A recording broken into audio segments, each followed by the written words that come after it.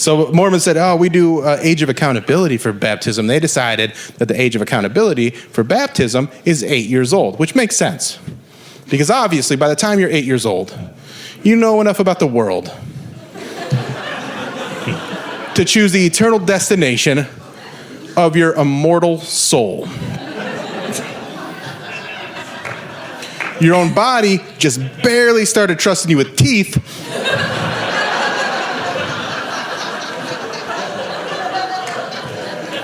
But go ahead, get baptized. All right?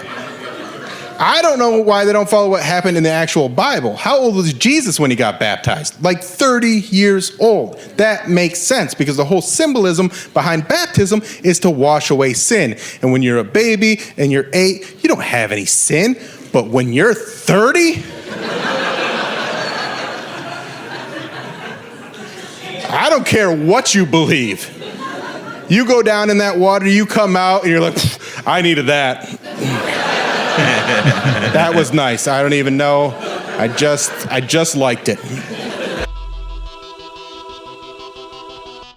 The most logical place to take it was to challenge what these other religions are doing with what actually happened for Jesus, who was baptized by a guy named John the Baptist. So, like, he's the guy when it comes to baptism, and then you guys are taking his playbook and his directions and changing it all around so you can brainwash your kids into being a part of your religion instead of giving them actual choice in the matter. And so that's why I think it's a nice way of commenting on religion and showing the absurdity of it. Maybe if I get invited to a baptism, I'll dress like a lifeguard. What did that baby last eat? Look, it's an Adult Swim. You can't laugh at that. Our guest on this episode of You Can't Laugh at That is Bill Squire, Cleveland comedian. You can find all 5 of his albums on Spotify and iTunes and Pandora and Amazon. And his newest release, Bam Bam, is in collaboration with Helium Comedy Records, coming July 23rd, 2021. Bill has been seen on Comedy Central. He was a regular cast member on the YouTube series Man in the Box with Mike Polk Jr., and you can listen to his podcast, The Bill Squire Show, on the iHeartRadio network. He's got to get all those little bits out, man. That's your role. I'm being very professional. We all want to get our bits out. So, And that's why we do this podcast. That's why we do it, yeah. And this podcast is You Can't Laugh at That, the podcast where we take topics that aren't funny and we prove that they are funny by bringing on comedians who have done just that. And the comedian that we're speaking with today is Cleveland's own Bill Squire. What's up, Bill? Not much. I like this concept. I also like the idea of, like, you know, there's always the way of looking at things like, oh, you're not supposed to talk about that because it's controversial. But like, you know, you can't laugh at that because it's so boring, and taking something that's really boring and turning it into something funny. Like, that's kind of the, like, now that this album's done, that's kind of the topics I'm going after, is boring stuff and trying to make it funny. And like, you know, almost make it dark and make it like, oh, how do you make that joke about pasta sauce also about vengeance? I really like that concept. I think you'll like the bit a lot. Like, once I'm fleshing it out, it's still pretty new, but okay, it's a bit that eventually will be out there. But it's basically like I had the joke about the pasta sauce first, but then I like layered it into the story of getting revenge on somebody. Sounds like a Godfather. It's got some of that to it, man. It's got some of that to it. There's like an accordion playing in the background. Yeah. But and that's kind of what I mean, that's one of the things that I love about comedy is you can take any topic, and there's if it's a well-constructed bit, there's a theme that underlies the whole bit. Right. That's beyond just that thing. So in, you know, baptisms here, you make, you know, you question a societal norm and you provide like supporting details. It's a really, really well-structured argument. Thank you very much. It's one of my favorite bits that I've ever written, and I think it's it's because it says so much without attacking anything. Right. So like the way I laid it out is like, I'm not I attack boomers a little bit, but like overall, I'm able to get across the silliness of these rituals without having to say this is all dumb shit, right? Like I'm like standing on their side with them, like, you know, preaching to the choir, but at the same time saying stuff that the choir doesn't necessarily really agree with, but they're nodding their head because like I never thought of it like that. And that's kind of a way I like to attack certain subjects like religion or, you know, race or anything like that, where you're gonna say things like that are you're talking about controversial subjects, but you are doing it in a way that is going to make the people that would get mad laugh, and then the other people that they're like, oh, he's talking about religion, he's like saying how silly baptism is. I'm like, yeah, exactly. It's very silly. It's a very silly idea. Right. It feels just like an improv group just took it to the nth degree. You're Like dunking a baby. Yeah. Just gonna put that baby in the water, Double dipping. Just for a minute. And what is that supposed to do to the baby? Cleans it of its Cleanse impurities. What in a sin does metaphorical the- way. So if it's a metaphorical cleansing, why do they need to do a physical cleansing? You are cleansed. Can't we just say you are cleansed? Yeah. Like, yeah. Good No. baby. You're doing a good job. You're a sinless baby right there. Yeah, everything checks out. Oh, look at that baby. Now you got original sin, and then boom, it's gone. It's gone. Snap of the fingers. Right. Yeah. Right. But First they ancient. like the ceremonies and stuff too. Yeah. They like to, you know, they're all for that pomp and circumstance. I mean, I enjoy a good ceremony myself. Really? Yeah. I'm not much of a ceremony person because they're usually so goddamn boring. Well, I like to come up with my own. I'd rather do that because An original ceremony Yeah. is great, but like repetitive ones, like that's why like I just went to my son's. He just graduated high school, and like of course I'm proud of him, but the ceremony was boring. And he didn't want to be there either. And like the only reason he's there is because you're supposed to go to stuff like that. And I'm just like the whole day I'm like, if you don't want to go, just say you have anxiety. Yeah. I will make you go. I don't care. And he's like, oh, but mom's gonna be mad if I don't go. I'm like, I'll deal with your mom. Let's just have a nice Sunday. And then when we got there, back to no air conditioner, the air conditioning was broken. So it was fucking miserable, even worse than it had been. Like, so he's like, man, I should have listened to you. I'm like, yeah, always listen to your dad. I'm on your side, man. Yeah. I'm on your side. Yeah, every year for Christmas and Easter, my parents, expect us to go to church, and so. And do you do it? I do, but I do it my own way. Okay. So a couple of years ago for Christmas, I dressed up for Easter. So I wore this like brightly colored suit, and like I wore this like straw. Like I went thrifting, and I just got the most ridiculous outfit. And then the next year, I wore like a sparkly red jacket, like to Easter, like a game show to Christmas. Oh, to Christmas. Okay. I don't remember if I did anything for Easter. So, but I don't think I go you'll for Easter. do it. I'm usually hungover. You'll just do it for Christmas, and it's usually just but you make it your own. Yeah. It's tradition. It's my tradition. I'm interjecting my tradition upon their tradition, but I'm without taking away from their tradition. Right. I feel like I'm adding to it. Yeah. Because I'm not disruptive. And they probably at this point appreciate it to a certain degree. They're like, okay, he's there. He's not being a dick, but he's gonna wear something silly. Yeah. And that's not the end of the world. Yeah, and the point that I've made is because they're worried about their image. We're going to see people there that we know. What are they going to think? It's like they're going to think they should have done something similar because it's fun. Definitely how you should approach going to church. Yeah, 100%. 100%. You should definitely approach church with like, what are they going to think about me at this place where we're supposed to be acting like Jesus Christ and learning about Jesus Christ?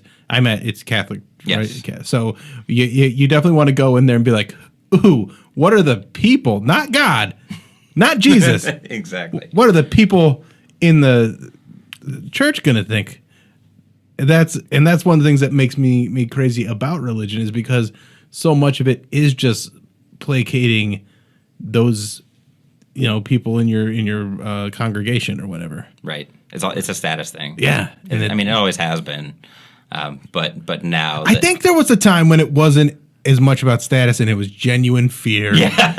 Because they didn't have any, they didn't know how to read yet. Shit was fucked up. shit was shit was pretty fucked. There was a plague and stuff like, and they're like, well, this church thing seems to be pretty nice. Yeah. Let's go into the night. We get to go to a nice building once a week. Hope. We get, hope. Yeah. Like, we get to go in nice. We get to go into nice buildings all the time. We live in nice buildings. Yeah. But like you got to think back to like times when people were living in squalor and then they're like, but once a week we get to go into that nice building. That's pretty sweet. They tell us what to think, Yeah. and that's great because we don't do that all week. 'Cause we're not allowed to. Yeah. And also we don't understand. We don't have any information. So it's just all hearsay. And then this guy's got a bunch of nice clothes on, a big hat. Seems like he knows what he's talking about. Yeah. He got that big hat from someone. Right. The bigger the hat, the bigger the brain. Yeah. What's a brain? Yeah. Yeah, and that's a good point. That's where these ceremonies came from. It's like they picked the least creative people to run the world. Yeah. I mean, they picked, but you know what I mean. Well, I think they're incredibly creative people that run the world, but they use their creativity for some pretty controlling purposes to like put things into place. And that's, as far as religion goes, I don't know if there's a God. I don't know what any of that stuff. I don't. I used to be pretty steadfast on I don't know, but I think there is something that created everything. I just don't think it's a creator that's involved. Yeah, That's seems like the more logical version to me, where something or someone created life somehow. I don't know if it was on purpose or accident, but they did it, and now we're here, and we don't really. They don't have any investment in us other than maybe they go, oh, they're still going, huh? Yeah. I'd cut back on some of that, using all the resources thing, but overall, it seems like they're doing okay for now. For now. Yeah, we mold stories to our understanding of our physical world. So if we were balls of energy in a bottomless void, like God would be a ball of energy in a topless void or whatever, It's, Right. yeah. Anyway, let's talk comedy. Haven't we been? Yeah. Let's talk the structure. Let's talk. So introduce this particular bit, kind of, or this clip, I guess. Okay, I so should say. Like this is about baptism. It's just I like to keep the titles of the tracks as simple as possible. So if somebody goes, "What was that bit?" It was about baptism, and they search baptism, it's going to show up. I don't need it to be like overly clever, and like there are some comics that do it that way, and it drives me crazy. Like Kyle Kinane, one of my favorite comics, but he has a whole album, and everything's like ingredients for a sandwich. And I'm like, I can't remember which ingredient this was. Yeah. Of the bit that I really liked. Tosh does something similar with his too. I think he just does the number of the track. Yeah. Or at least on one of them. Or maybe I'm thinking of somebody else, but so I appreciate anyway, that. Baptism is the topic, and it's basically it's right after a chunk about me being raised Mormon and going on a Mormon mission, and then I get into like trying to relate Mormonism to a broader sense of Christianity, because everybody thinks Mormonism is not a Christian church, but it is. It's very similar to most Christian churches. They have some things that go the other direction, but overall it's got all the same bones of like the Catholic Church or any Protestant church, really. Right. They just added a few things. So I mean, it's just like Islam, where they just added things. Right. Christianity, they just added things and so on, and it's just going to keep going. Scientology, they took it to space. Well, they took it. Hey, don't discount the Mormons. They got plenty of space in there. Yeah. There's plenty of space. You get your own planet. There's a place called Kolob. There's all sorts of space stuff in the Mormon church. So Scientology took what was first, Star Trek, and then Scientology came in. We're Star Wars. Yeah, kind of. The Mormon church is definitely but it's not like space travel. It's just they acknowledge space. So, all right, let's hit it, Jeremy. A lot of people don't even know that the Mormon church is a Christian church. The actual name of the church has the word Christ in it. It's called the Church of Jesus Christ of Latter-day Saints. And when I was a kid, I didn't really like going to church, and I was also kind of dumb. So I was like, I don't really like church, but Latter-day sounds fun.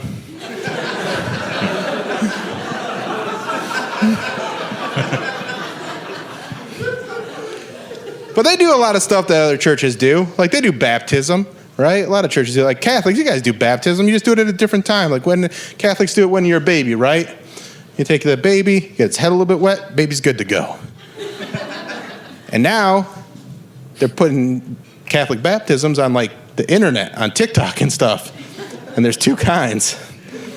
There's good ones, and then there's ones that don't go so well. The good ones are like, it's like a smooth young priest, and he baptized the baby like a cool way. Like he's already got his chips, but the guac just came out, and he's excited, just like, yeah. It's got a nice little act out on it. Yeah. Those are okay. I like the ones where things go a little wrong. Where it's an older priest, and he's trying to baptize the baby, and then he fumbles it a little bit, and it's just like.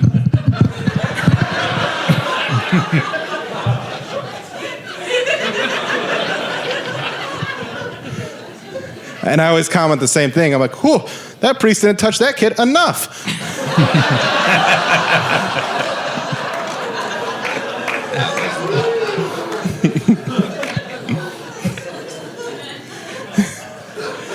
But Mormons decided to do baptism too. They're like, oh, we're going to do baptism too. But they decided you have to wait for the age of accountability. And they decided the age of accountability, we do this all the time in our society, by the way, age of accountability. You get a certain responsibility that goes with a certain age. So like 18 or 16, you can drive a car. 18, you can join the armed forces. 21, you can drink alcohol. I think we should switch those around a little bit. I think 16, drive a car. 18, drink alcohol, and 65, you can join the armed forces. All those boomers, they're like, I love America. Prove it. I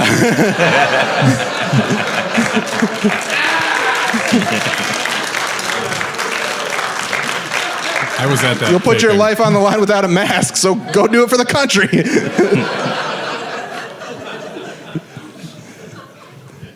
So Mormons said, oh, we do age of accountability for baptism. They decided that the age of accountability for baptism is 8 years old, which makes sense.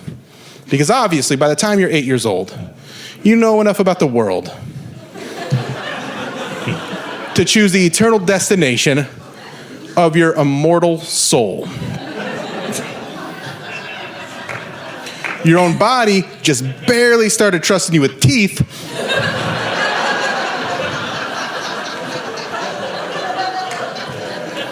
But go ahead, get baptized. All right? I don't know why they don't follow what happened in the actual Bible. How old was Jesus when he got baptized? Like 30 years old. That makes sense because the whole symbolism behind baptism is to wash away sin. And when you're a baby and you're 8, you don't have any sin. But when you're 30, I don't care what you believe. You go down in that water, you come out, and you're like, I needed that. That was nice. I don't even know. I just liked it. All right, let's talk about this bit. What inspired you to start writing it? Like, is this something you've been working on for a while, or is this? Yeah, I mean, I've been tinkering with this bit for probably 7 or 8 years, okay. And it was just one of those ones that at first I just couldn't even get it to work. Nothing about it worked, and then I figured out some of the beats of it, but the overall idea was the age of accountability was something I was always taught about in the Mormon Church. So I just thought that was such a strange way of presenting something, because when I'm a little kid, it makes me feel cool. I'm like, oh, age of account, 8 years old, I'm finally able to get baptized, and like you get the ceremony. It's like a big day for you. And then as you get older, you're like, wait, why was I getting baptized? I didn't know anything about anything.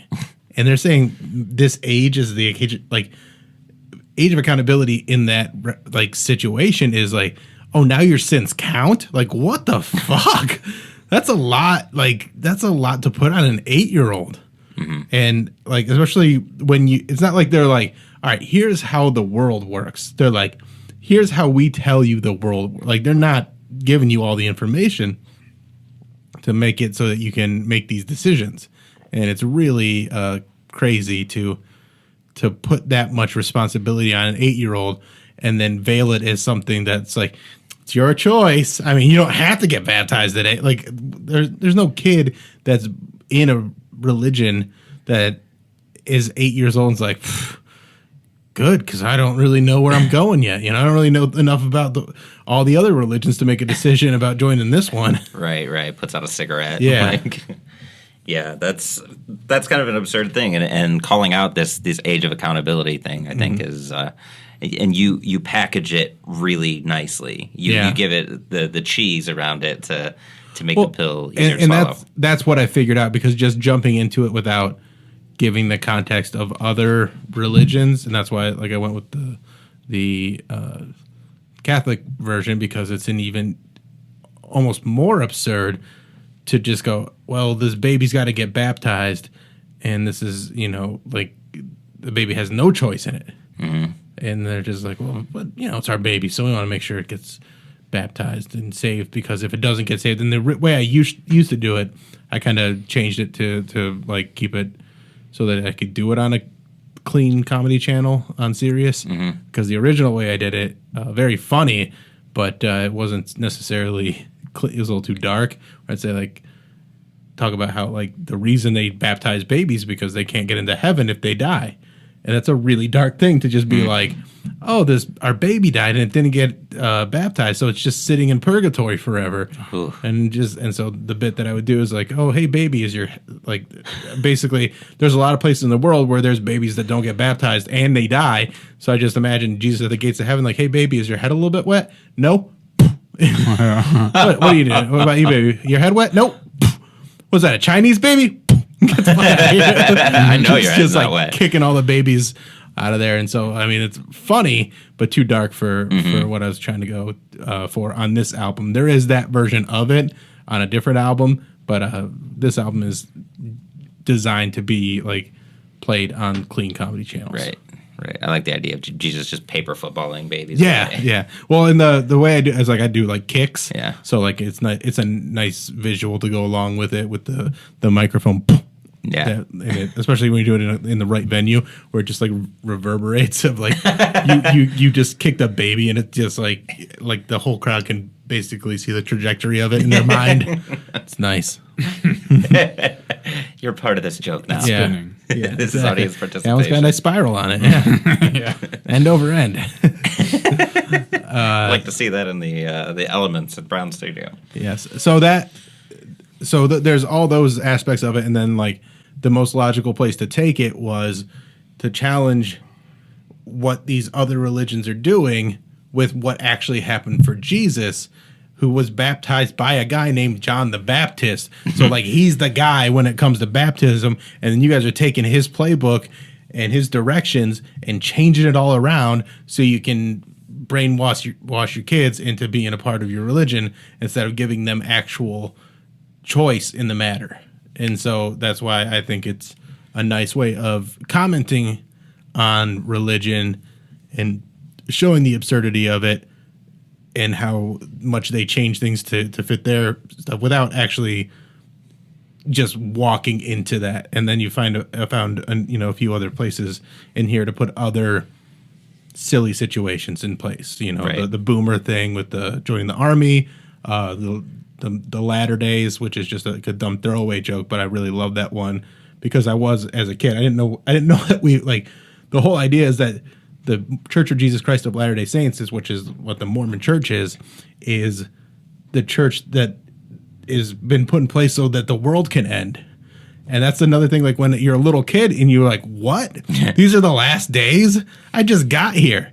Yeah. But before I knew what, that context was, I was just like, oh, ladders. Whenever I go up a ladder, there's usually something fun. Yeah. I'm like on a roof, or I'm in a tree house, or I'm in a slide. Like, it's half of my favorite board game. Yeah, exactly. Yeah. That's funny. I mean, you remember when you were like 4 or 5 years old, and your parents told you that you sinned. That's scary as hell. You could go to hell. Yeah, like I remember like the first time like using the word shit, and my mom it's like interrogating, like, where'd you learn that word? And I heard it from a neighborhood kid. She's like, don't use that word. That's a bad word. I'm like, there's bad words? Like that blew my mind. I didn't know there was bad words. And so then it became like intriguing. I'm like, I got to find out the rest of the bad words. And that was like my whole, like once I started in kindergarten, I learned all the bad words because there was kids that had older brothers and sisters that told them the words and said, don't say this stuff. And so I remember one day walking home from school, just screaming fucking dick and stuff like that with my friend. Yeah. Because it was like, we could. There's nobody around to stop us. It's awesome. Yeah. I remember my first time saying bad words. And they weren't even bad words. Yeah. Just biological fart and penis. Yeah. I marched into my parents' house from preschool, just learned them. Yeah. Proud of myself. First 2 words out of my mouth. My parents had some friends over, and I think they were more embarrassed than anything. Right. I don't know why. Fart penis. Just first so things funny. that come. And all of a Especially sudden I for the, had like- dial soap in my mouth. Yeah. That Honing kid sure has the lexicon, doesn't he? What are his parents teaching him? Yeah. What about you, Steve? What? You remember your first sin? Oh, yeah. That's why I started laughing, because I remember in first grade, everybody was lined up after recess to, like, go in, and me and Ian were going back and forth, and he was like, he said something to me, and then it got really quiet, and I was like, you ass! And then everybody got like, and I went straight to the principal's office, and then that was, like, traumatic for me, because I was, like, crying my ass off. Yeah. And then in third grade, I got in trouble for, like, just going crazy with it with my friends. And, like, we had, like, an intervention with the teachers and stuff. It's so funny how serious it was when really none of it fucking matters. No, it didn't matter. No, it's arbitrary cut things. it down. Just not here. Yeah. Yeah. Yeah, I think you do introduce the bit really well, the latter day. It kind of introduces them. I don't know how deep into your set we are. This is about halfway. Okay. So, and like I said, I just got done with a chunk about growing up Mormon and going on a Mormon mission. So this is my transition into like that's very much relatable only through like knowing that I was in a strict religion and I was doing things that you weren't supposed to be doing. So now in this bit, I'm very much trying to relate that like my religious upbringing was more similar to what you experienced than you think. And that it also hasn't like, made me like so bitter that I like have to just completely shit on religion, but I do like to analyze it and try to understand it. And again, like it's more about, and this is something we get into on the Alan Cox show from time to time, is like I learned a lot of good things from the Mormon church, but I was able to separate those things from the dogmatic ritual and the, weird beliefs that they have. Be like, oh, I'm going to be all these good things just because it makes me happy. Not for any like eternal reward or anything like that, but just because I think I should. Like I like being nice to people. Yeah. It's a good thing to do. Yeah. Yeah, and then no reason to bring God into this. Let's talk about dopamine and oxytocin. Yeah, right. Like, there's biological reasoning And knowing for that being others kind. experience life the way you do. Right, When I yes, feel yeah. pain, etc. Right. Exactly. And then also, let's not call dopamine and oxytocin the spirit, the Holy Spirit, that your body's full of the Holy Spirit when you do what's right. Like, fucking come on. It's just biological chemicals. Stop it. That almost For survival. Yeah. right. Yeah. But the Holy Spirit. Oh no, Yeah. he's It's leaking the Holy Ghost. Well, that was another thing. I used to have a bit part of that bit where I talked about how my grandma gave me a key, and it said like so when they baptize you in the Mormon Church, they do a confirmation right after, which I think is similar to the Catholic Church, but that's later down the road, right? So you do the confirmation when you're like what 10 or 14. 14? I remember it was 8th grade. Okay. So once you do that confirmation or your first communion, whatever it is. It's too many. Yeah. So the Mormons do it like back to back. You get baptized and then you get confirmed. And after I got all that done, my grandma gave me a key, and inscribed on it, it said Holy Ghost. I was like, cool. I got this key.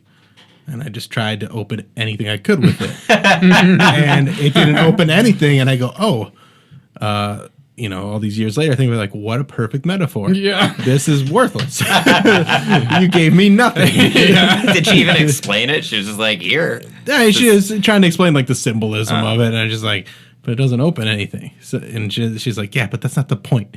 I'm like, well, to me, I'm 8 years old. I have a tactile object that could open something. I feel like you could have extended the metaphor and had it open some sort of like safe or something for me, and I could have put my journal in there. But you just went for a fucking engraved key that doesn't even open anything. Where do I keep it? Did you? Yeah. Was there like a state? I lost it that same day. Yeah. Like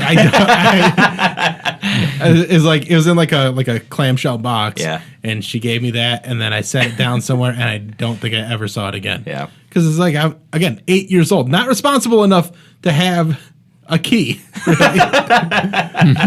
Even if it doesn't. That's the symbolism. Yeah. Even if it doesn't have any, like it doesn't open anything. Just my possessions were all in my house, and if I didn't have that possession with me, and now if it was something I cared about, I would have kept it with me all day. But I didn't. There was like a reception afterwards, basically, so we got to have like food and punch and cake and stuff like that. So I set it down, and my mom might have brought it home. It might be with my stuff somewhere down. Like I just don't know. Yeah, because I never thought about it really again, like as something I cared about. Mm-hmm. So the introduction to the bit, it kind of plays into the naivety of being 8, but it also kind of plays into like a very likable. I mean, you're 8 years old. You're dumb. You know, we're dumb at 8. Yeah, we're still dumb now. Like in the scheme of things, we're all stupid, and we're doing our best with it. But we're never going to have all the information, right? So we're just perpetually dumb, right? Which is why, like, I don't understand why people like to play as if they have information when they don't, and it's very frustrating to me. Like when someone's like, "Well, that's why you have faith and stuff like that." I'm like, "Well, faith doesn't do anything for me. Faith, like what you call faith is really just really aggravates me and gives me anxiety. Like saying that you know these things because of faith makes me just feel like you're lying to yourself." And so that doesn't give me any comfort whatsoever. Because especially as I learn more, I'm more like my faith is just continually, whatever I did have faith in, is just continually shattered and like stripped down. So when people go like, "Oh, having faith is a good thing," I'm like, "No, you're talking about like ignorance is bliss. Yeah, that's not faith. That's just hiding your head in a hole." Ostrich style to keep from having to come to the realization that we don't really know. And I'm okay with accepting that we don't know. Yeah. Right. You know, as kids, you learn that grown-ups have the answers, and if you keep asking questions, and that's why we got in trouble for asking questions. Right? They don't have the answers because, or ask Jesus. If anything made me not become slowly not religious over my life, over my like teenage years, was just people's poor, like weak shit that they came with. It's like you're making this worse, not better. Well, and it's that weak shit, and then you finding something that goes, well, that makes more sense than what I've been told this whole time. Like the movie Dogma played a really big part in me just like realizing that, oh, I should be thinking for myself. It's not like I saw that movie and was like, oh, Kevin Smith's right. Yeah. But it's like who I should follow. But it in a way is like, okay, well, he's looking at this stuff from a different point of view and kind of turning it on its ear to make you go, okay, so this is, a movie that's largely about the Catholic Church, and it's just really more untwisting what they've twisted into a way of becoming like a prominent superpower on the planet, and just kind of going like, no, it's not that complicated. It's really, it's more basic stuff. Right. The basic, be kind. Yeah. Like, you want that to happen to you? No, don't do it to somebody else. Right. That's it. Yeah. Because they have nerves too. Yeah. In the brain. Yeah. And I mean, humans, we have a tendency to complicate things. Reality is just. Yeah. I mean, human beings were just a bunch of kids in the backyard who are making up a game as we go. And people that don't have the answers have a lot of shit to explain. Yeah. Yeah. they keep adding on. It's like you're making this more complicated. Stop Well, and that's like what usually happens is like I'm like, okay, so explain this part of it, and then it's just like it gets to the point where it's like, yeah, I don't know, just leave me, like, stop shut answering. up. And it's not just with like really, it's the astrology people, it's the it's any of that stuff where like I like had to get out of a relationship because I was in a relationship with someone that thoroughly believed and then kept preaching to me that astrology is like the universe has this plan for us and is wants us to go in this direction. I'm like, the universe doesn't know who we are. The universe doesn't know about leap year. Like we don't, like we don't. We're so bad at being on this planet that we have to add a day every 4 years because we couldn't get time right. And so the universe doesn't compensate for that. And so when you're trying to line up the stars and see all these things, like we don't know anything about those stars to assume, and it's very egotistical to think that the universe has a plan for each and every person, and that your plan's so good, like compared to other people. Like, what the fuck happened to them that they get these third world plans and we're in the first world? Like, that's It's a bunch of Scorpios in Guatemala. Right, exactly. Or Mercury's in retrograde. Yes, Or, and everybody's got the same things like, oh, you're creative and passionate and don't be like being told what to do. Oh, you must be a human. basic human nature. Yes, exactly. There's not one person that, like, if you go, well, do you feel like you're a creative person? They're going to go, not me. Everybody feels like they're those basic things that they play on. I mean, it's all synonyms when they explain all the signs. Like, oh, you're passionate. Oh, you're stubborn. I'm like, well, isn't that just the same kind of thing? Mm-hmm. Isn't passion just refusing to quit, and being stubborn refusing to quit? Like, it's kind of we're walking down the same path here. Right. Yeah. Right.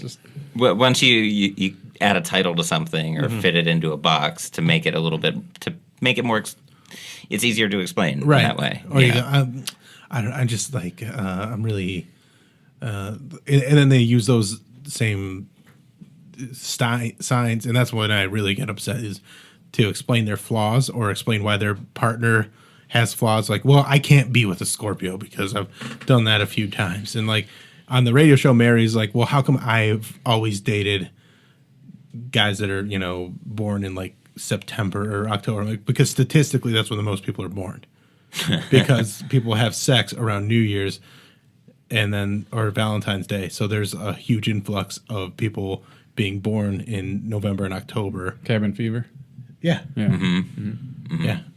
So that's when the people fuck in the winter, yeah. and then they have babies in the fall. Yeah. And that's how things happen in America. So so that it's really just a numbers game. And also, you haven't dated the thousands of people you need to date to really understand how to do like a test. You have circumstantial evidence. You haven't actually done real research. Yeah, it's a very small sample size. Exactly. There'd be like 75% of people say that they don't like their jobs in this poll of 5 people. Right. It's like, okay, and they all work at the same job. Like, it's you can't draw from that. And plus, another part to add to that is that once you decide these things, now you're looking for all the evidence why that's true. Yes, and kind of similar how like when I hear my bits, all I hear are the flaws, because that's what my brain is like. Oh, people are gonna hate this because it's all you hear are these things that I don't even want to mention because I don't want people to think about them.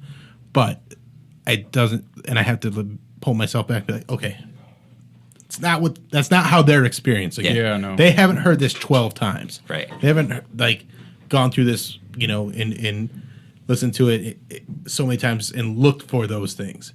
They're listening to the words. They're not listening to the the production of it like you had to. Mm-hmm. So it's and it's the same thing where like once they start seeing those signs, they absolutely take those as, oh, this is how things work. There is a plan for me, because I every time I look at the clock, it's this time, and it's crazy. I can't explain it, but it's there. Yeah, but you've looked at the clock 87 times Right, today. yeah, It's exactly. gonna. It's gonna show up. Yeah, for sure. Oh, I used to do that 303. It was like, it means something. Right. Nah, man, it's fun to think that. And, you know, And again, when you keep it in the realm of fun, I'm okay with that. But when you start using it to guide your life and keep you from improving flaws about yourself and just being like, well, of course I'm a Taurus, so you know I get to be a shithead. For whatever reason they justify that. that's obnoxious. Yeah. Yeah, Not the fundies though. yeah. Right. You don't want fundies. No. What are fundies? Fundamentalists. Oh yeah, yeah. Yeah, fundies are bad. Yeah. Yeah. Fundies. I mean, Yeah. Okay, where are we at? I mean, that's- okay, Yeah, it's true to this bit. It's true to the topic that you're bringing up. I mean, you're introducing the fact that baptism is a concept. It's Yeah. a construct that we've come up with. Right. And just like I can change what it means to go to church. We can change the ceremony of baptism. We can change what it means. We can change when we do it. Yeah. And you introduce that in a way by introducing yourself first of all, Dumb Kid Bill. So we're seeing this kind of through Dumb Kid Bill's eyes a little bit. Right. I don't know if you intentionally planted it there. Well, yeah, in I that mean, way. it's to be like, if I'm dumb and I can, then surely you can follow along. Yeah. And that's why I like kind of breadcrumbing it out, especially with the reveal of like the 8 years old, you're just barely being trusted with teeth. So like our bodies, like evolution said, this is how humans a are good going line. to go. And at 8 years old, you've lost some teeth, you have some permanent teeth, but you're not completely done yet. But even though your body is, you're not in puberty, you are just starting to get some teeth that you're supposed to have for the rest of your life. And you're asking someone that's that early in their development to understand an eternal decision. You're presenting this as an eternal decision, something that is going to affect you for eternity at 8 years old. Yeah, that's a lot. Right? That's so much. And I love how you 8 years old makes sense. Hook them Yeah. with trauma. Yeah. It makes sense. 'Cause, Right. Obviously, by the time you're 8 years old, you know enough about the world. Right, and that pause Yeah. there to let the audience kind of fill in that gap where it's like, oh yeah, no, that is kind of weird. And then I mean, you talk about like baptisms on TikTok now, like just the out there, yeah. It's up there with what else? Pregnancy photos and engagement pictures and all these and gender reveals, and all that stuff. Just all these new everything ceremonies that we're we're developing to be like, oh, well, we saw data, we have to one up them, and then you start getting to a point where you're doing these ceremonies that are burning down fields and killing people because you just had to one up your neighbor and say like, oh, you think your big explosion to tell everybody you're going to have a daughter was cool? Well, check this one out. I don't have a mom anymore. So who's you going to remember? Yeah. Mine made international news because there was a human that died. Yeah, sure, mom died, but we got clout. Yeah. Look at all these shares. Look at all these. Yeah. Yeah, 25 million views on TikTok, and it's only been up for 2 days. Would you get 125 likes? Pfft, get out of here. I like the baptism videos that go a little bit wrong. Yeah. Don't we all? Oh, yeah. Like, don't we? Why do you think America's Funniest Videos is the thing? Right, Like, and we I don't want to see a baby get hurt, but I've definitely seen probably a dozen of those videos where the priest is trying to dunk the baby and then like fully submerses it, like drops it in the little pool, and then the mom's just like, what the fuck? It's fun to watch people in that moment where they're supposed to be like cool and like reverent be like completely stressed out and mad at the person that they're supposed to be like worshiping. Maybe if I get invited to a baptism, I'll dress like a lifeguard. You're just giving me an idea, Bill. Just twirl the whistle around my finger the whole time. What did that baby last eat? Look at the whistle. It's an Adult Swim. Oh man, that's a sketch.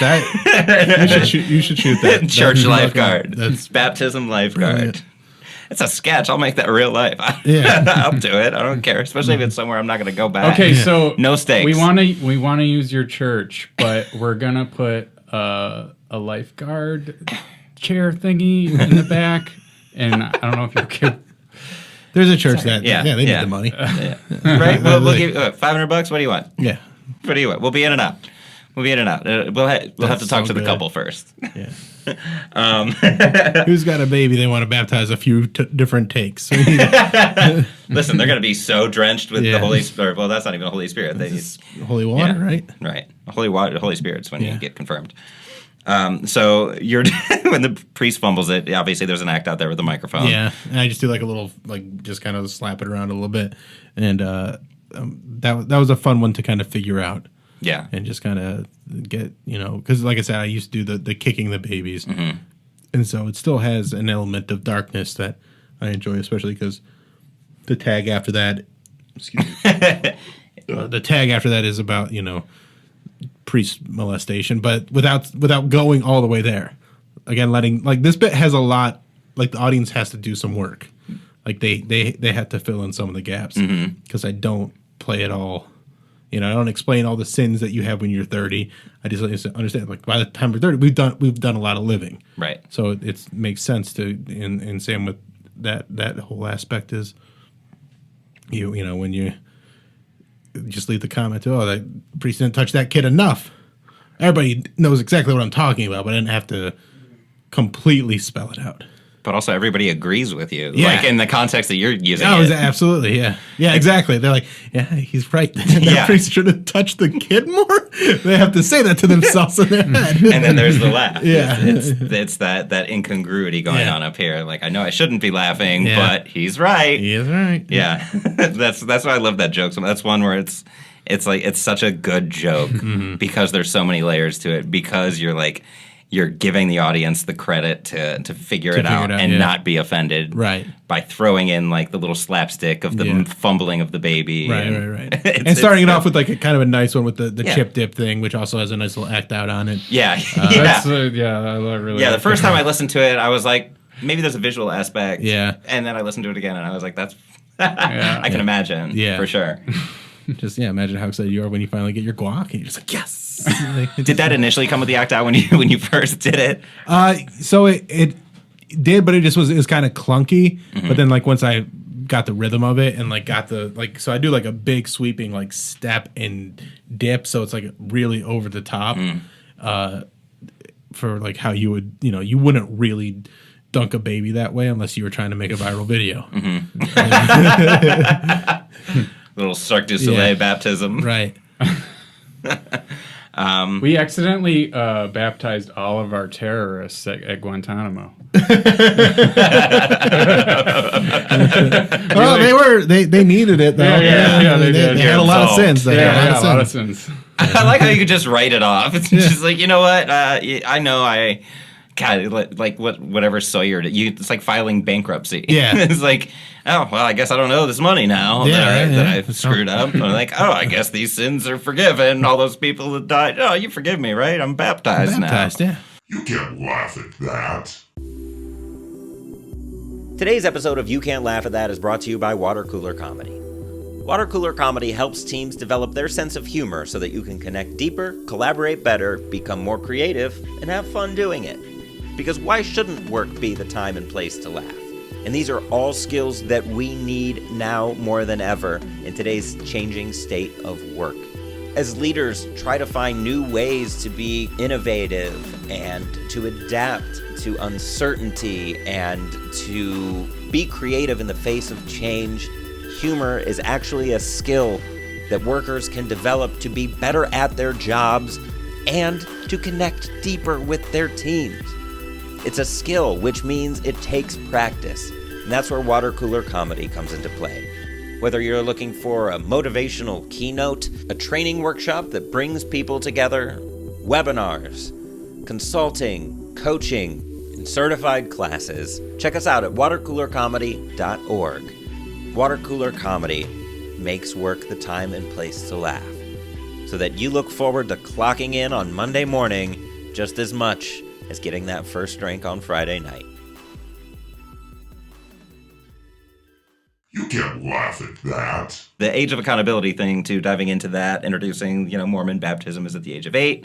And then you introduce the societal the construct. So no matter what religion you are, you can dial in on it Right. and be like, okay, I get what he's talking about with, driving at 16, joining the armed forces at 18, drinking at 21. And that one took a while to figure out how to, kind of switch everything around. Mm-hmm. And so eventually I found I play with you. I'm like, oh, let's mess with old people a little bit, because I feel like they're the ones that are the biggest proponents of age of accountability, but they don't have any. All they get are discounts when they get older. Mm-hmm. So why not put some responsibility on them with that age of you have all this wisdom, you have all the all this wealth now when you're 65 in most cases in America. Yeah. So you love talking about how much you love the troops. Go be a troop again. Mm-hmm. Or be a troop for the first time. Especially for that younger boomer age, they weren't really in the wars. Mm-hmm.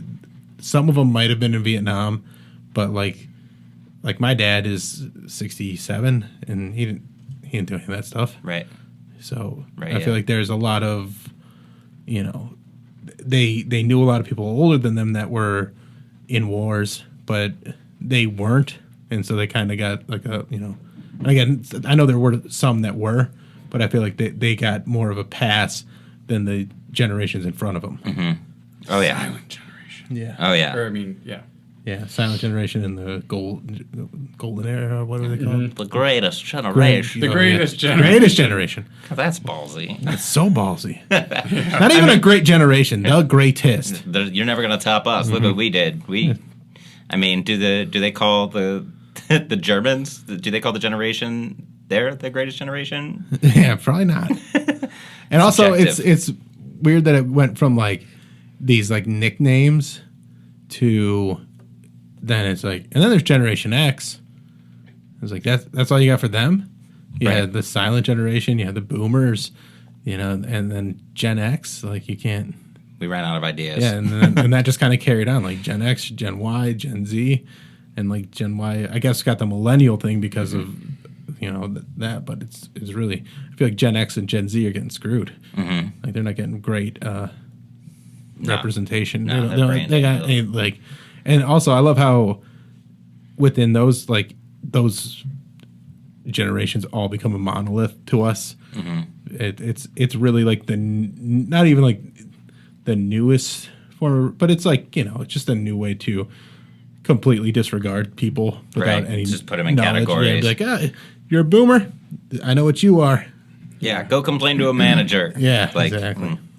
It's super unfair. It is, but it's still fun to do. Yeah. Yeah. Oh, yeah. Because it is. We've all I try not to. Yeah, but- because we all resort to it, and we There all are see it. tendencies. And there Right. are tendencies, and there are Not enough to ostracize people, though, but enough to joke about. Right, yeah, absolutely. And it's again, I don't actually want there to be people that join the army at 65 to try and prove me.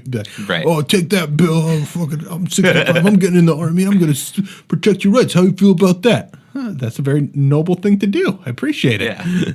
I'm fighting for one. Yeah. And that's another arbitrary conflict that was created over arbitrary borders and all these things that we preach as gospel that are just causing so much destruction and damage. Yeah. And so call them out. Right. Call them out. Make people laugh at them. Yeah, Always. because it's. I wish there was some sort of modern version of that we could talk about, maybe someplace in the Middle East. Yeah, I know. It's But there's nothing. There's nothing right now we No. can talk about that would be comparable. we didn't just talk about that. We for an didn't. hour Yeah, and a actually, we just had Samuel Bate on, and we talked about the conflict. Oh, I'll have to listen to that. Yeah, episode, yeah. 'cause I don't know enough about it, but I know that it's pretty fucked up. Yeah. It's really, Again, it's another arbitrary thing where Yeah. it's we could live together, or how about this? You're different from me, and I hate you. yeah. Based on so- what? Oh, past transgressions that have nothing to do with you, and I don't even really know or understand, but I just know that this is how things have been for a long time, so I'm sticking with it. Right, and honestly, it would be easy for me to buy your melons from you, but I hate you, so I'm going to go out of my way and inconvenience myself to buy from somebody that agrees with me. So I can't wait to kill you. Or for my government, too. Or whatever. Either way, I'll be cheering for it. Yeah. So, no, there's no way that's setting humankind back decades every time a bomb is dropped. Yeah.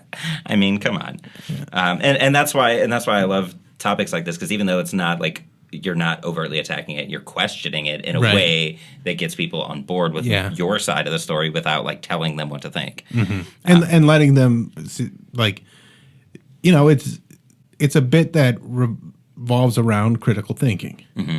And that's kind of my favorite kind of comedy, where it's like, I'm going to present you with an idea that is very basic and that we all accept as just something that, is normal, like baptism. And then you dig into it and go, there's nothing normal about this. It makes no sense. It didn't even, if it was that important, Jesus would have been baptized when he was a baby, but he wasn't. He was 30. And then also, he didn't say everybody has to get baptized, I don't think. Like, I think it was just like, do what I say. Yeah. Or like, well, not even that. Just, He's a be cool. Yeah. Jesus was pretty much the be cool guy. And then they really just twisted it all around. Yeah. He was the be cool guy in a world filled with people who weren't cool. Yeah, exactly. And I think that's still the world we live in. Yeah. Where there's a lot of people like, hey, let's just be cool. And there's a lot of people like, but they're different, and I don't like that. Mm-hmm. And I was taught that we're supposed to hit, like, just the term Good Samaritan is kind of hilarious to me, because the whole idea is that like, the reason it's a Good Samaritan is because they were all looked at as Samaritans are trash and they're garbage, and we're racist against Samaritans. So now it's become like, oh, he's a Good Samaritan, when it's like, oh, the point of that story is not that he's the one Good Samaritan, it's that Samaritans are good. It's like, you don't have to have like when it comes to a person is good if you give them a chance to be, but when you're constantly attacking them, they're not going to be good. Right. Again, looking for all the details, supporting details. Right. Yeah. I like how the Liz Cheney, she's the good Republican. Right. It's like now by saying that, you're implying that all of them are bad. You're not even giving them a chance to be human. I mean, that's a fine example. It's as bad as it's ever been, but they're still not all bad. Right, exactly. Right. You go to, I was just in Alabama about a month ago, and in the back of my head, I have this preconceived notion based off of the fact I've never been to Alabama, but everybody that I met there was great. Yeah. And, Well, and that's why they get so bent out of shape when people are like, oh, people shit on Alabama, or they shit on Republicans, but like, well, we're good people. Like, yeah, but the people in charge of you are not. It's the loud ones. Yeah, and they're there's a lot of, but also you're good people until we talk about like a gay person having rights, and then you're like, I don't know about that, like, and so there's limits to your acceptance, and that's kind of the problem. Right, and this is like a bit too that can somebody who's like, I love baptisms. I don't go to baptisms even though I don't know the kids. Yeah. They're my favorite thing. Like, this is something where I'm still not saying like you can't go to, like, I'm just saying, but doesn't it make sense if they do it a little bit later? Right. And doesn't it make sense to actually think about why you're doing it? And doesn't it make sense to just really kind of think about why we're doing everything that we're doing, and not just blindly accept all these things? Because I get called a sheeple all the time by listeners to our radio show, because I listen to people that know more than me, but I also take the time to pay attention to why I should listen to those people. Mm-hmm. And I don't just blindly go, well, a doctor said get a shot, I'll get the shot now. They use reason too. It's not just a blind. Like, right, people exactly. don't even care about that. No, shit. the reason, yes, exactly, reasoning and critical thinking and all that stuff. And like that's why it's so frustrating to see people that can be very reasonable in certain situations, but because of certain words or certain phrases, they go, no, I don't like that. Trigger words. Yep. Mm-hmm. Yeah, you can give them a bunch of dots that connect, and everybody could get a snowman. But if they insist it's a reindeer, and they skip half the dots, like, to them, I still connected dots. Like, here's a really good example of the dissonance. when people are like, I hate fact checkers. It's like, have you ever just gone in there and seen how they just literally prove it to you with evidence and everything? No, I didn't ever look in there. It's like, you're a fucking idiot. You're a fucking You moron. hate fact checkers? I don't know why, but I don't like them. You ever like think maybe I'll just check and see if they're right or not, Yeah. and see what reasoning they use? Well, that's like something I'll do. Like, and then you go, well, I went to this website and I checked, and like, oh, that's got a liberal bias. It's like, no, Read it. there's just there is some stuff that is just fact, and stuff that is made up, and there's spin put on things, and just understand that. Facts do The not spin is have real. an agenda. The spin, there is spin, but Right. there's almost always in an article or something. There's always some sort of trail to the actual living, like something you could visit and see for yourself. For instance, Exactly.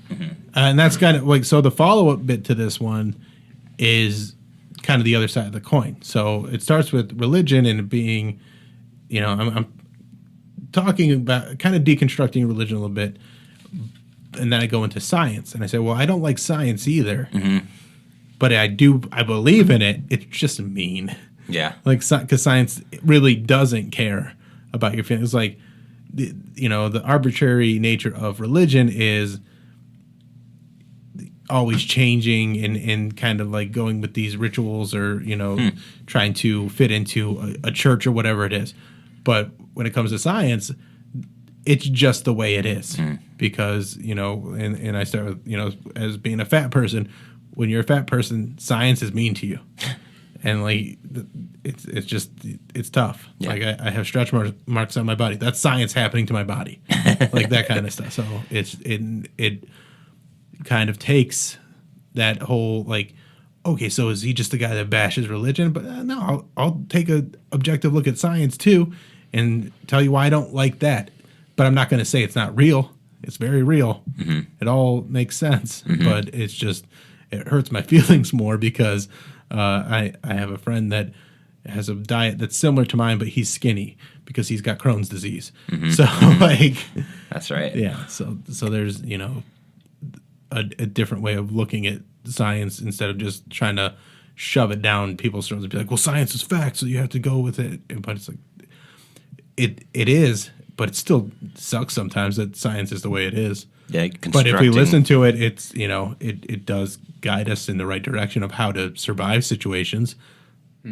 Right. I trust science a lot more than religion because it continually checks itself. Yeah. It continually like tries to be proven wrong. Right. And we learn faster, we learn more when we can say, you know what, I don't have the answers. If I'm presented with new information, I'm down to listen. Yeah. If it just changed all the time, that would be bad. But it changes and constantly improves. Right. And so that's a good thing. Right. And Like then, proving more. Right. It's not like it goes away. It's not like we're like, well, we had gravity for a while.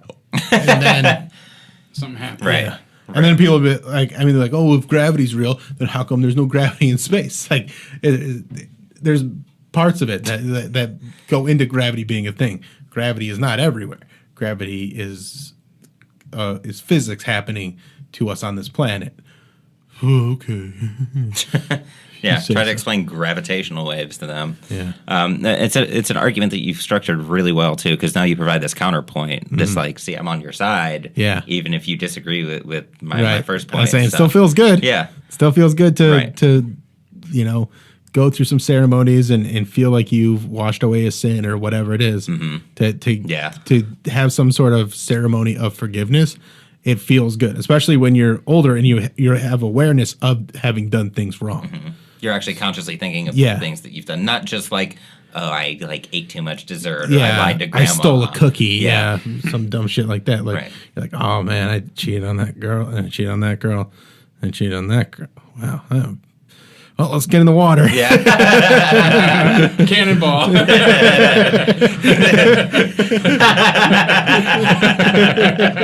Text them like, hey, just got baptized. And then Dave's like, with the whistle. Yeah. Cannonball. No jumping.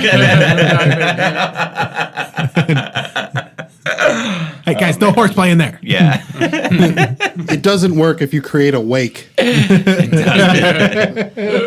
It doesn't. Oh man. And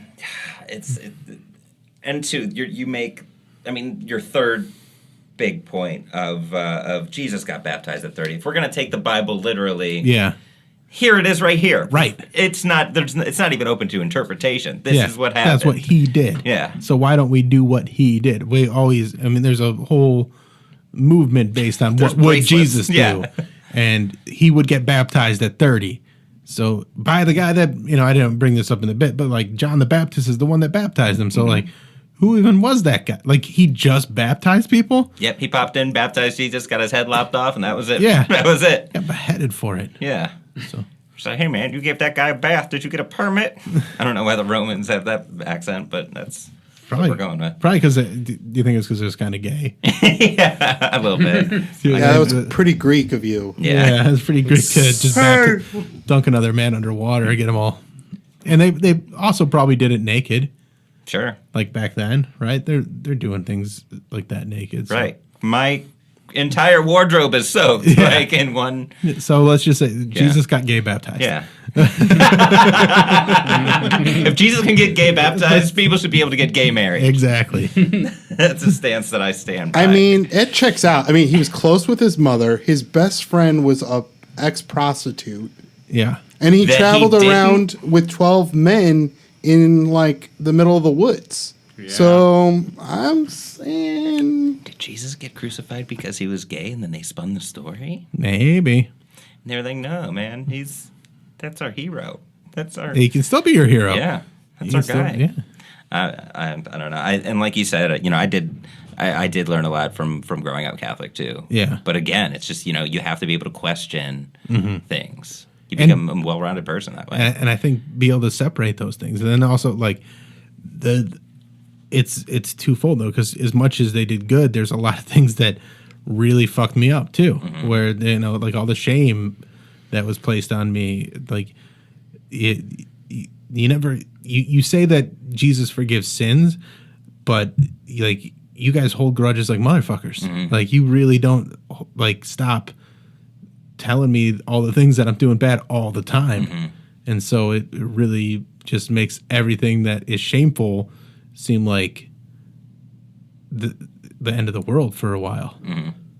Oh yeah, Yeah. literally. Yeah. This is the worst thing. How what would your grandmother think? Like Right, this- yeah. Why are you shaming me with her? Like she didn't. She's not the judge. Yeah, and she's not even with us anymore. Come on. And that's the thing too, is I love deconstructing religion in that way. I have the joke about how I go, when I go to a wedding and get surprised with church, I'm still gonna like put my all into church, but then I find out they changed the responses. Yeah. So they want me to respond, but then they change responses. I don't even get a script. Yeah. But I'm still gonna go all in on this thing, and like, I felt a lot of judgment when I was holding up my phone Shazamming the song, because I want to like. They didn't tell me what the song was. They just started singing it. Yeah. You didn't Like- tell me it was going to be a remix. Right. This is exactly. And it's a fun look at it. Yeah. It doesn't hurt anybody. Right. Because one of my favorite ways to write is to exaggerate what I would do, like Right, create exactly. hypotheticals. Yeah. Like, oh, if I were to go to church and really put my all into this, like, what would I do? Well. All right, it's Southern Baptist Church. You can just shout out whatever you want. What if I did that in Catholic Church? What would I shout out? And then I try different, different things. And the one that I had landed on was, all right. Every time the priest mentions Virgin Mary. All right. I was like, all right, say it once, fine. I'm not saying anything. Say it a second time, I'm starting to ask questions. Say it a third time. Like, I mean, she all didn't right. accomplish anything else. It's just basically the Matthew McConaughey amen. Yeah, right? Hallelujah. Yeah. Oh man, if he had a church, and that's the thing, is anybody can really start a religion unless you're. I mean, I've thought about it. On my podcast, I came up with like an idea for an afterlife and everything. That and it's basically it's a Groundhog Day type situation, but you are not aware of like every day's a reset. Okay. But every day you're coming back and it's a Saturday and just a good Saturday that you're living in like the prime of your life. So it's like, and it can jump around in time, but again, you're not aware of these. Like you wake up in the morning and you do some stuff and like you might have to run some errands, but it's like fun errands that you would do on a Saturday. I go grocery shopping for the week. I'm gonna have a barbecue tonight, so I'm gonna get some steaks and marinate them and all this stuff, and then maybe you're going to a concert that night, but it's that every day, and that's like your eternal reward is just having like good days every day, but like You don't remember it. You don't remember them, so it never gets old. Mm-hmm. So it just feels like this, kind of blissful existence. For me, every day for that. Every day would be the movie Superbad for me. There you go. But that's what it is. Wait, you just go see Superbad? No, Or it's you the live movie it? Superbad. Yeah. It plays out like that, just Yeah. over and over. There you go. All right. For which character? I don't know. McLovin? Yeah. I think That's the you first got one I this. could think of. A different character every time. Bill Hader's cop. Yeah. One Yeah. day. Yeah, one day you're him, one day you're McLovin, one day because they all kind of have a good day when it's like, but it's not 100% good start to finish, but there's it's an exciting, fun day, Right. all the way through. Yeah, So- it's way more fun when things mess up along the way. Yeah, you And need a then it little comes bit. You need a together. little bit of conflict. You need a little bit of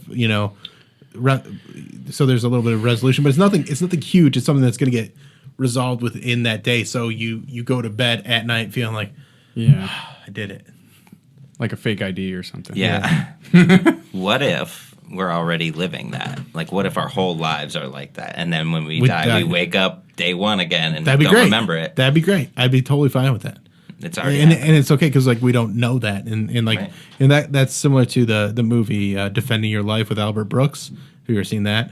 So it came out I want to say 89 or 90, and basically it's a play on reincarnation, and when you die you go in front of a judge, and you have a lawyer, and the lawyer is presenting but then there's prosecution too, and so they're like, this is why he shouldn't get to move on to the next life, and you get to go to heaven if they do a good job and defend your life, but if you do a bad, they can't defend your existence on Earth. You have to go back and try again. It's a pretty cool concept. It's a fun movie. Yeah, it's a fun playground. That's Yeah. a fun sandbox to play in. Yeah, for I sure. agree. Yeah. For sure. I mean, you could literally do anything, and Yeah. no one can challenge it. Right, and it's similar to A Good Place or anything that's Right. such a great show about it's a silly comedy that really has a lot of deep thoughts about morals and ethics and existence and what it truly means to be a good person. It's really just a brilliantly laid out show and just rife with fart jokes at the same time. Yeah. Yeah. So- it's packaged in a way Yeah. that makes it palatable, because if it becomes preachy, people don't watch. You don't want to hear And it. it's not even just they do it such a good that they're tricking you a lot of times to be like, oh, I see what they did. There's this theme through this whole arc on this these past 5 episodes, and it really just changed the way I looked at certain things, and Yeah. and then made me laugh while it was happening. Yeah, it was such an easy show to just plow through. Yeah, too. it's great. Have you seen it, Steve? What The show Good again? Place. Oh, yeah, I haven't heard. I heard of that. I just don't. It's a great show. Yeah, haven't Kristen seen it. I Bell. think it's on Ted Netflix. Danson. Yeah. Yeah, it is on Netflix. Yeah, Definitely worth it. My parents watch all these garbage shows, it's all murder, or they put on Fox News for an entire day, and they're like, the world is terrible, and it's like, you need to watch The Good Place. Yeah, just change. You're consuming. It's man, there's no good food, but every day you go to the same shitty fast food restaurant, which is not Wendy's because I have they advertise with me. Yeah. So, well, but, at least yeah. you go with the best one. just want to clarify. Wendy's is great. Yeah, But the other ones, oof. but even I'm not even gonna name one though, Yeah. because what if they switch them? But even if you get the same food every day, I mean, to Yeah. me, that's just such a meaningless. Right. Or it's Routine. like saying man, I don't like the way the world is today, but you're looking at the sidewalk and not the sky. Right. Right. There's that. What's the old the adage of you can't how are you going Look to at the judge sky, it? not the sidewalk. Yeah, that was it. No, that was it. I don't It's know. a new The adage. I'm fish trying and to the get that bird one going. you Yeah. can't judge a fish for not being able to fly or whatever. Yeah. I don't know if that even. Grass is always greener, that kind of shit. There's one way of doing things, but then there's an infinite number of other ways to Yeah. do things, and it's like you can't judge the entire world based off of your experience. Right. You just say, hey, this is the way I've seen it. Introduce, prove me otherwise. Right. I'm willing to listen. And being baptized is one way that I mean, shit, I don't. Nobody remembers their baptism if you're baptized as a baby. Like, Yeah, if you're a Catholic, yeah. Dave, do you have an age of accountability in Catholicism? every year it felt like something new. First Or the reconciliation, age of consent. Yeah, That's all it is. That's what they need. yeah. Like, oh, Let's yeah, put the okay. shoe on the other foot. Yeah. Does it stop? Who do priests go to confession to? No, we just talk to God. Look in the mirror. Yeah, right.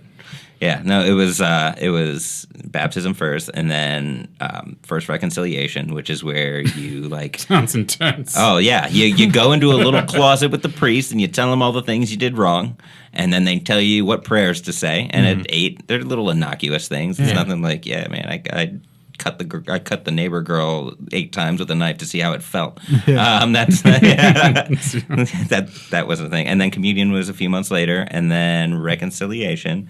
And then what are the other ones? Matrimony. Confirmation. Oh, yeah. Did I say reconciliation a second time? Yeah. Yeah, confirmation. Yeah. Feast of and the you see how, Assumption. confirmation, you just get a new name and the Holy Spirit inside of you. Right. You just throw another name onto your name. Matrimony, and then last rites, I think. 7. That's 7. Yeah. 7 sacraments. Oh Oh my God. Those are the what 7 is- traditions. So why do you get another name? To prove that I don't know. You have to pick the name of a saint that means something okay. to you, and you have to go through these So- workbooks and write all these essays as to why what it means to you to be part of the church and how it's going to impact your life moving forward and Gotcha. so on. And they really hammer the indoctrination home. Yeah. And I understand why they do it because they were taught that and they were taught that, and Right. it goes all the way back. And so you can't chastise somebody for just doing what they know, but you can for refusing to learn something new. Right, and I think that's part of the problem I have with religion is there's not a lot of updates unless they're Right. forced. And so when it comes to that, and they go, well, we changed things because of it, and then when you actually look at like the Catholic Church and see how much stuff has changed over the 2,000 years of existence, they go, oh, you guys used to do some pretty, when you really dig into it. And same with the Mormon Church, and like the version of the Mormon Church that I was taught versus like what I've read and like listened to and like watched documentaries about. I'm like, wow, these are wildly different. And I don't think these people have any reason to lie about what was doing, but the Mormons have a lot of reasons to lie about what they went through because they're trying to cast it as, they're trying to spin it for their members to be like, hey, we're pretty good church here. What was the thing that you remember like sticking the most as far as like lesson or whatever?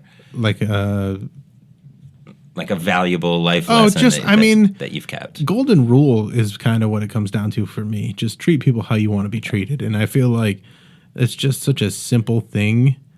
And it's wild to me how many people do not live their life that way. Because I think it's just, so simple and it makes things easier for me because I go, even if people don't treat me the way I want to be treated, I'm still going to treat them the way I would want to be treated if someone was treating me that way. Right. So it's just to go, okay, well, I'm just not going to, I'm just going to basically ignore them. I'm not going to try and ruin their life. I'm not going to try and do anything like that. Now, having said that, I do have a joke about spaghetti sauce and revenge. But again, it's silliness. But I think that's kind of like that love one another kind of attitude. Like that true idea of trying to be like Jesus is just, I don't believe that he saved me from my sins or anything like that. But fundamentally, I think the idea of just, turning the other cheek and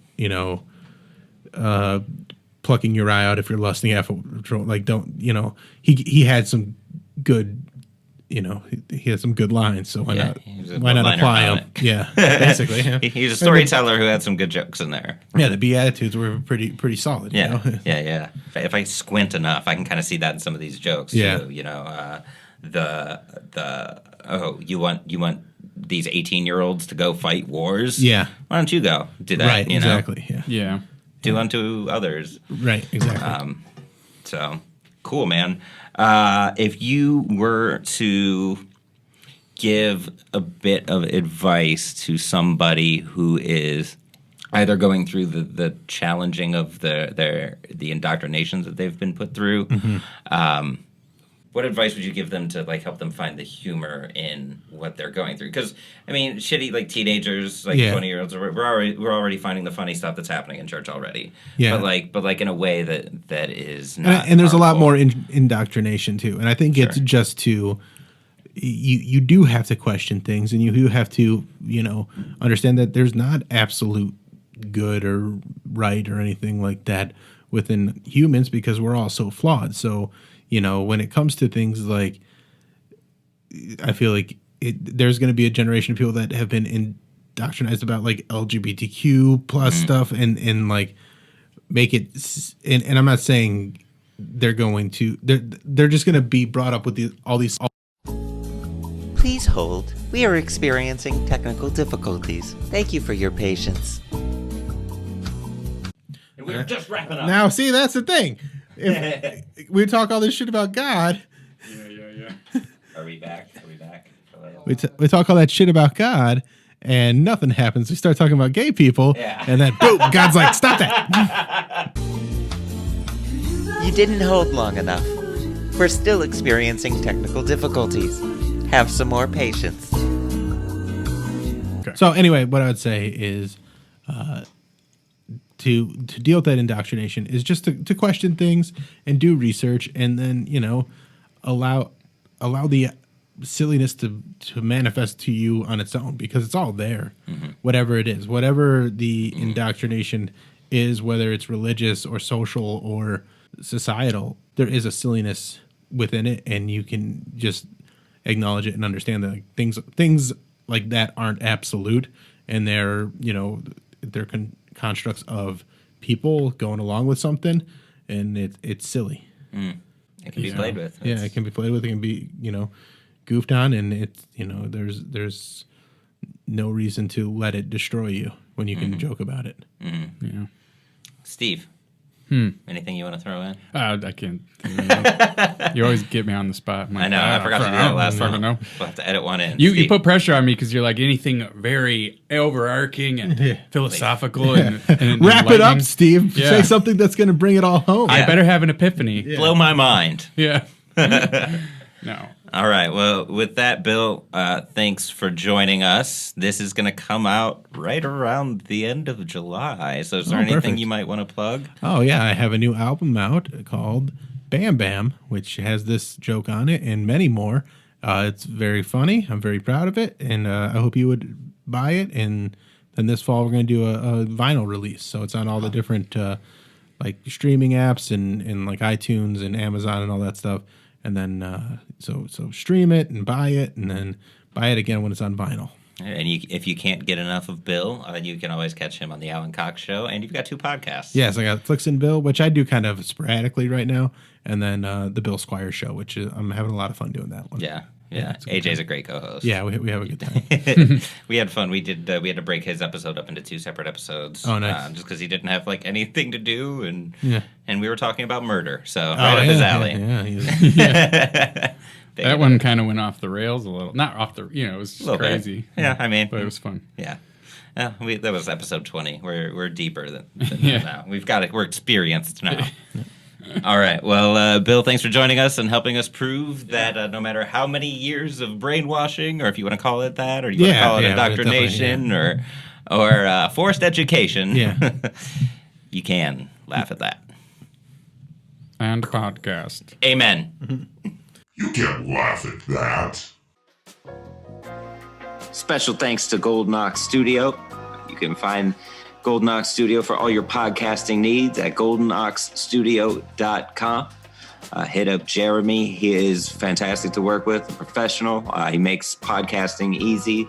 And if you've been kicking the tires on starting your own podcast, definitely give Golden Ox Studio a look.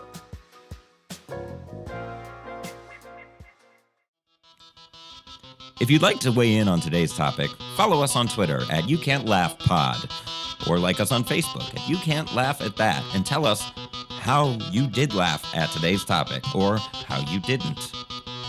This is all about the conversation. is what I'm saying. All right. Bye.